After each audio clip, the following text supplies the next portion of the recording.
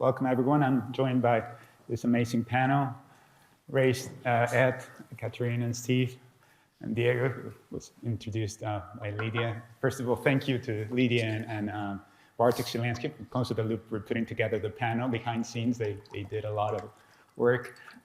Today, we are actually talking about circular by design, but just the first question, who is familiar with the circular economy? Just a show of hands. Okay, that's quite a few people. Can keep your hands up. How many of those people have a phone that it's 5 years or older than that? Okay, not that many people.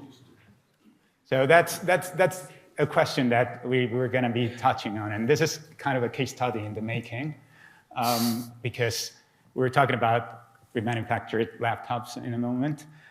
We know that GDSA is actually helping the UK government to reach its sustainability goals, just like Chris mentioned before, and that's something that it's great, but there are challenges that come along that, and the GDSA published their barrier to circularity paper, where they mentioned several challenges, but because of risks that are at the moment, just like mentioned before, the AI boom, resource security, but as well, there are opportunities out there, like centralized digital asset management and procurement, like we mentioned before, that's what was mentioned before. And so this is something that we will be talking about. What are these challenges? And first of all, I want to direct this to Ed, with your infrastructure and operations hat, and future, by the way, congrats on that, future head of digital here at GDSA. What do you normally this changes in terms of digital sustainability when there, this technological changes are paired with the cultural changes? This is when you have more effectiveness. How do you ensure this has a holistic approach? Yeah, thanks, Diego. Good morning, everyone. So in DEFRA, we've been through a whole series of fairly significant procurements of services. And we've been trying to really, as well as procure good, solid services, we've been trying to see just how far we can push the boundaries in terms of sustainability. And that's involved setting some quite bold strategies. For example, refurbed or remanufactured by default on our user devices. And I think what we've learned is you have to take a holistic approach, and you have to think of all aspects, not least culture. And as we saw all the way through the procurement, you have to have your stakeholders on board. You have to obviously have your users on board, and I'll come back to that in a second. But you also have to have industry on board. And for some partners, what we were trying to do didn't quite suit. I don't want to just focus on user devices, but it is quite a useful case in point for taking a holistic approach. If you want to really push the boundaries with a device strategy like we have, users have to buy in. Now, we have an inherent advantage at DEFRA, right? People come to work in DEFRA Group compelled by the mission to improve the natural environment. So we've got an advantage, okay? However, devices are personal and emotive, and in a sense, a little bit binary, right? They when working well, they're completely taken for granted. But even with the most compelling mission, when this thing gets in the way of you doing your job effectively, buy-in disappears faster than anything. So for me, the way to tackle the holistic approach is through uncompromising user experience. So if we can give our users a really good experience, and yes, that's about the tech, but it's also about the service that wraps around, they will buy in. But more than that, I think that will serve as the catalyst for then really pushing the sustainability agenda even further. Great, that's great, actually. Integrating those services can actually be quite complex. And that's where actually Ray, you as part of Atos, bring together different suppliers, both local and global maybe, into integrating this circular supply chain following procurement standards such as established by the Circular Import IT Pact. How do you ensure that this small shifts in organizational change actually deliver that value that is expected? Sure. So the first thing that's really important is to create awareness, whether that's of the existing or upcoming regulations and requirements. That's key. You can't take them for granted that everyone will know them. Also, awareness in terms of the environmental benefits supported by data and really good research, so sharing them with the stakeholders about why we need to adopt circular economy.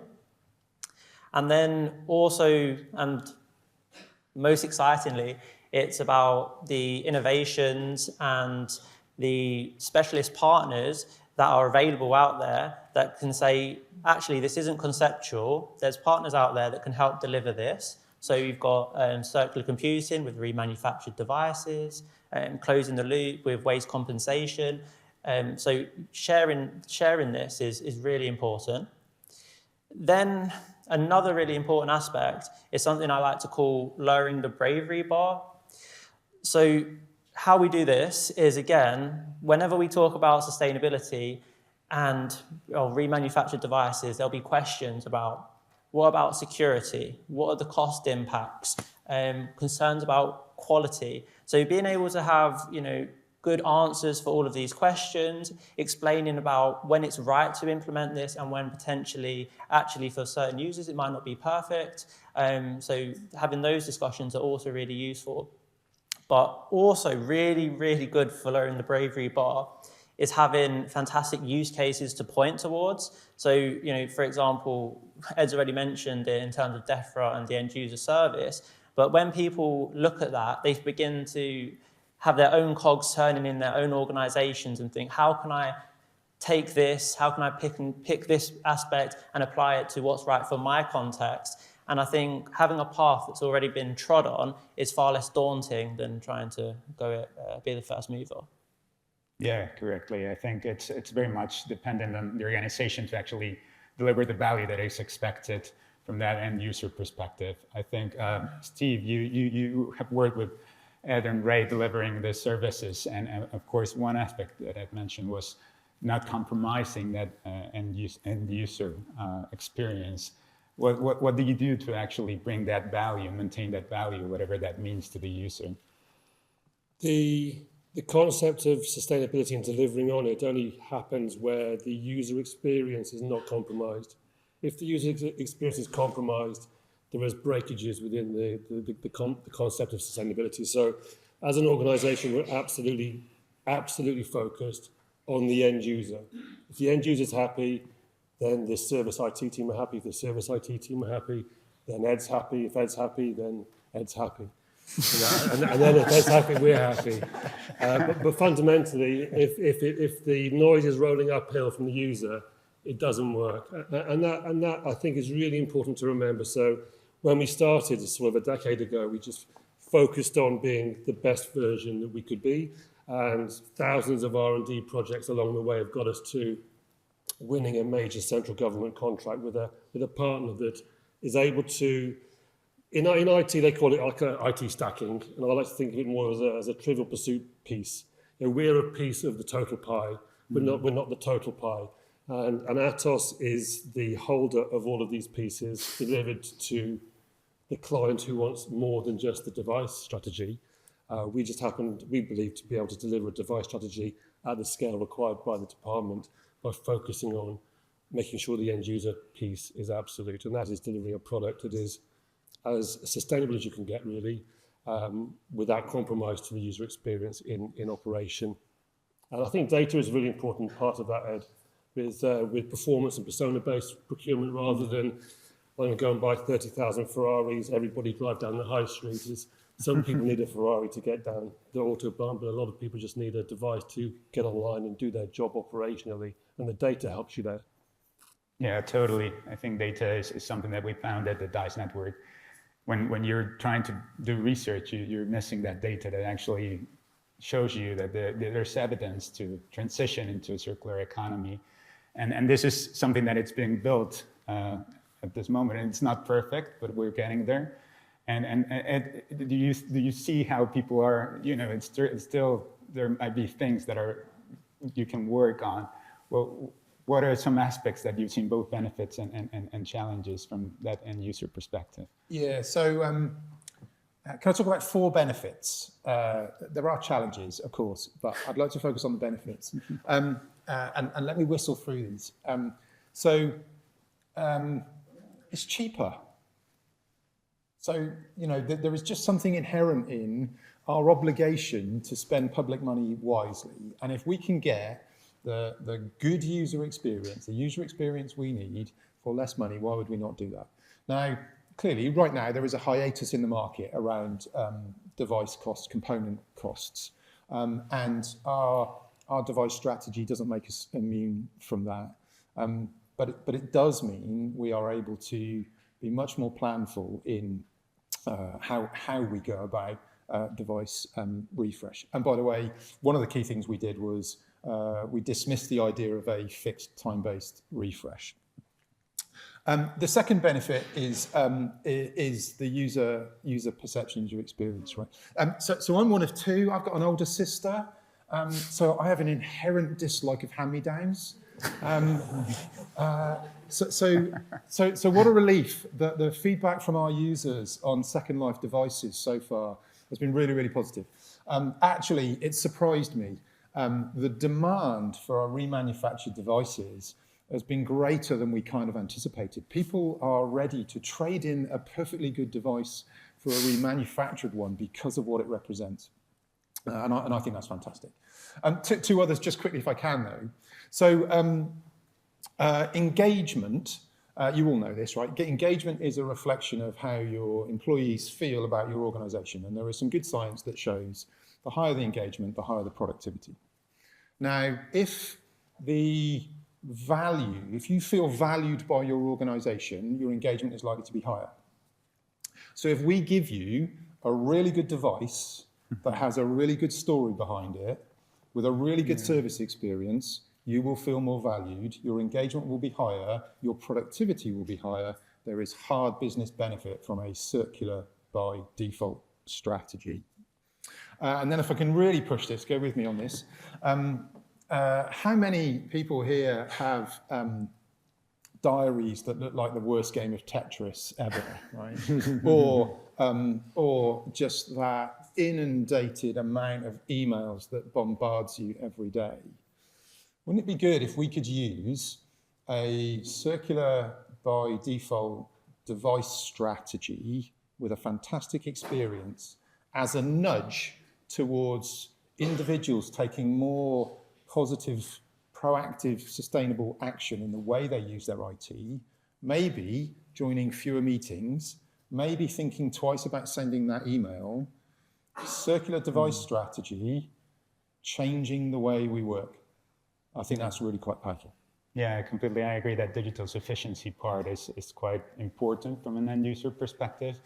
And well, I'm an older brother, so I cannot relate to that part of being handed over devices, but totally we can set up a research study on that to see if that correlates.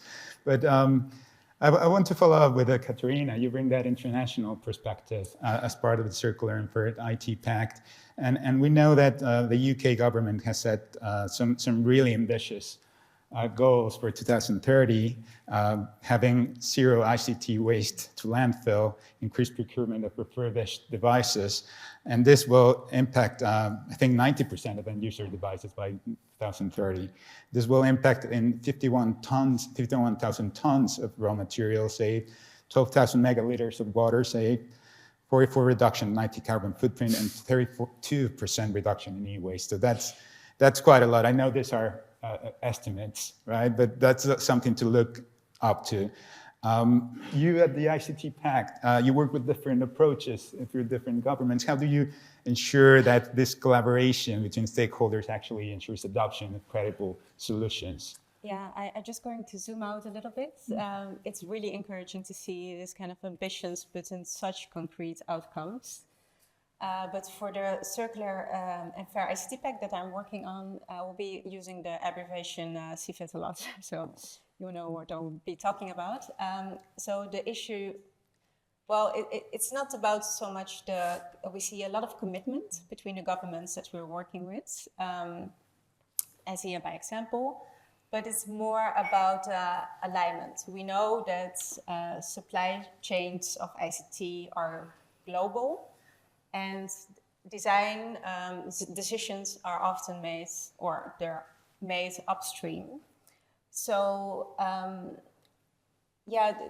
we have all these different approaches, procurement approaches between countries that send different signals, and suppliers adjust more contract by contract, as we see that ultimately leads to more incremental change rather than systemic one, I would say. And then the question is that we ask ourselves is, do we ask the market also for the right questions, and do we also ask them consistently? So governments have with procurement, it's one of the biggest instruments actually that we actually have to really influence market behavior.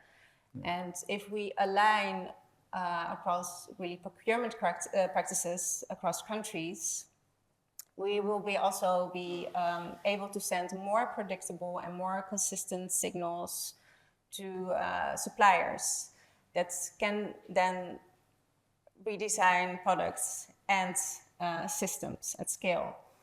So this is also exactly that we're working on within CFIT.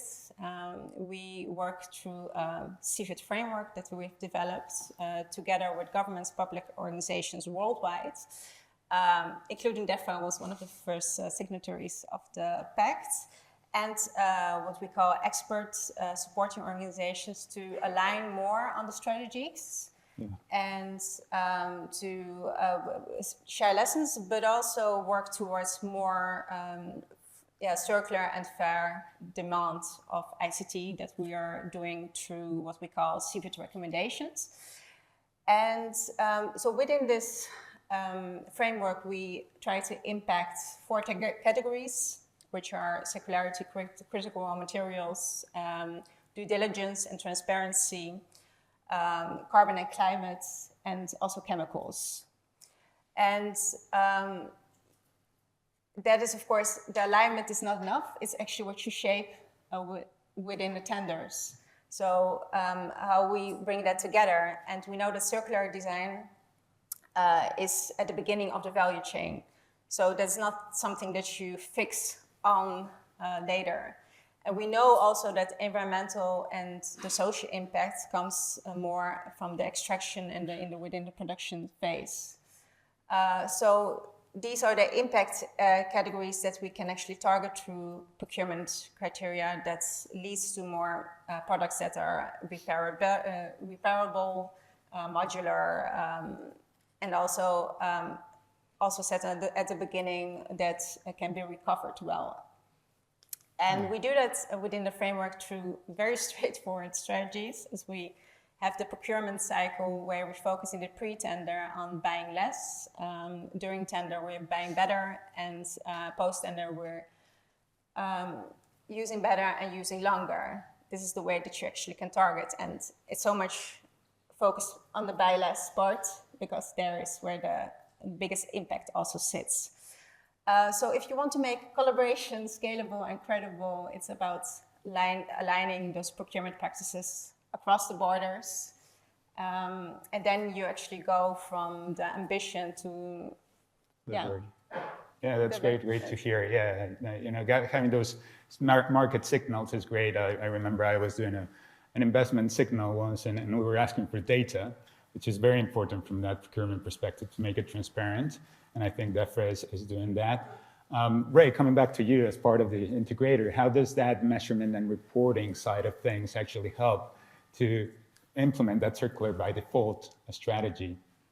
Yeah, measurement and reporting is really important. We just had a white paper released around the barriers to the circular economy, and one of the 8 recommendations was measure is the scope 3. So I'd certainly go along with that. It's one of the key things that we need to do if we're going to really get into the circular economy. But if I strip it back, and apologies for like sucking eggs, right? But why do we measure in the first place? Well, firstly, are we getting better or are we getting worse at something? The second, informed decision making. And then thirdly, accountability and transparency on like the activities we're doing. Okay, so it's great to measure for all of these reasons, but what's equally important is the right type of measurement. Because if you don't get the correct measurement in place, you might think, okay, we're getting better, when in fact we're getting worse. So if we take the example of laptops, because it's everyone knows laptops, but if we only start to measure the environmental impacts of laptops once it's in our hand, okay, this is going to drive a certain type of decision making. That's going to drive, right, how can we get the most energy efficient devices all the time to reduce the amount of energy that our end users use, okay? But we know that it's well cited that over 3/4 of the environmental impacts of a laptop is in the embodied stage, so manufacturing, transport, so get the laptop. So when we start to consider the entire life cycle of the laptop, that's going to drive different sorts of decisions to make. We'll look to extend life cycles. So how can we encourage people to love their devices and treat them well so that they last long? How can we implement performance-based and data-driven refreshes as opposed to just based on timelines? And then also, we'll begin to consider remanufactured devices into the mix, because actually remanufactured devices have a drastically smaller environmental impact than brand new. So you can see that the right measurement is equally as important as measuring. Another really important part for measurement and reporting, and I'd throw in targets and KPIs as well, is one, they drive better quality data, because that is what is required in order to provide comprehensive reporting. It's really well scrutinized reporting and numbers. So if you want your numbers to stack up, you need to demand the quality data. And then also it provides the measurable outcomes needed by the senior leaders to say, this is the decision we made, this has been the benefit, here's the positive momentum, let's keep going. And it adds to the argumentation that they can say, go back to the well and continue down this circular economy route, because this is all the great things we've achieved. And without measurement and reporting, it's feel-good fluff. Great. Yeah, thank you. It looks like it's an area that actually interests you very much, from not just bringing that together and bringing that value. But it's very much dependent as well on the organization and the context that what were your objectives that you're trying to do. Steve, coming back to you and looking at how the industry as a whole is moving towards circularity, where do you see opportunities for improvement? Where do you see achievements done there? So in raw terms, within GDSA, there's a circular economy working group, and we focus on three key areas. So sourcing product, the use of product, and the retiring of the product when you no longer need or have value for it. There are the three things. So the area that people tend to lean most heavily towards is what happens with something I don't want, the waste part of that. So zeroing out waste as a key pillar of the circular economy is important. Retain that value and then keep it in life for as long as you possibly can. Those would be the key themes. Where the focus, in our opinion, needs to happen is in the sourcing part. So challenging the behavior of purchasing. So I would say this, in the next 30 years, more metals and minerals will be mined than in the existence of mankind, purely because we're moving towards a totally connected world. So as citizens of our planet, we have a right and a duty to protect what's already been mined. And there's more minerals and metals above the ground than there are below the ground. So if we don't protect those, then what actually are we doing for the next generation behind us? So that's what gets me out of bed in the morning. And I hope the people who are here today have their own reasons for doing that. But ultimately, we want to leave a legacy behind us that we should be proud of, and that's important. So the future end user services contract with DEFRA looked at the sourcing part as a major component, and that was really important because that helped shift the needle for us from dealing with amazing customers. We have some amazing customers in local authority and Blue Light and so on and so forth. But for a central government organisation to take the stance of there's a better way, and we're not the only solution. If a customer within Ed's environment needs something else that we can't produce, then they go ahead and do that. So Totally.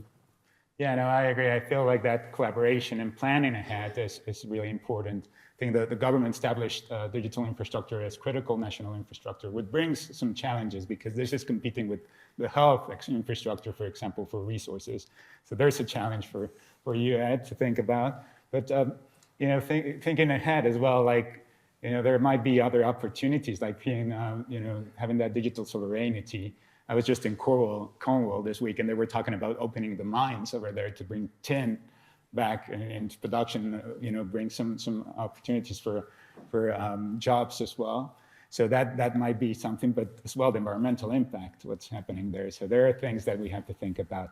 So just to close up, I want you to tell me your main takeaway to actually thinking about this 2030 goals. What would be, starting with Bray? Well, I've already said measurement and reporting, so to keep it fresh, I'll change it. So I'd probably say people power. There's so many great research guides that come out, you know, as part of the GDSA as well, but they don't implement themselves. It takes people to, you know, regardless of the level, whether you're part of a team saying to your leaders, have you seen this white paper? How are we reflecting this in what we're doing? Or if you are the leader and actually saying, right, we need to gather the evidence, we need to create this strategy so we can move down the circular economy path, it's the people that are going to do it, not the, you know, white papers that get stuck in the folders. Totally. Ed? So I guess kind of linking back to Kate's point in the earlier conversation, I think we need to be really demanding buyers first and foremost. And I think we need to really push industry partners to share our ambition, but bring the breadth of their experience, bring the breadth of their partnerships to really help us go further and further. And I'm from a service ops background, so I would say this, but be uncompromising on the user experience. Amazing, thank you. To make collaboration very actionable and practical, we cannot do it as governments alone. Circular design cannot be done by the governments alone, and certainly also not by the industry alone. So we have to definitely work in that regard together, and GDSA is a prime example, I guess, for that, but also in terms of alignment of this procurement practices, how important that is, to also say that out. Yeah, as I already mentioned, that is the way forward also to communicate with suppliers. Circular design starts at the beginning of the value chain, and if we define demand, we also define the impact. So we have to drive the design, the demand and recovery forwards as in one direction. Then we can come with scalable and resilient and sustainable circular solutions. Totally. Steve? I feel privileged in being in a community that if I don't know the answer to something, I can pick up the phone and I know full well that if the person I'm speaking to doesn't know the answer, that they know somebody that knows the answer.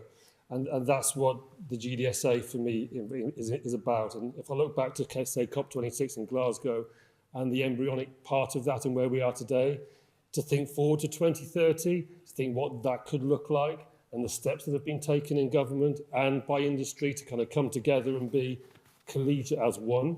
If we can maintain that rhythm, then I do actually think that a lot can be achieved between here and there that will be beneficial to the economy, for society and for the environment. I do believe that, yeah. Yeah, no, I think the user, as you mentioned, is the key part here. And we're all users here, so I think that if we commit from ourselves and try to collaborate, that's something that we can actually move the needle towards delivering this goals. Thank you so much for your time, and I hope everyone enjoyed this conversation. Cheers.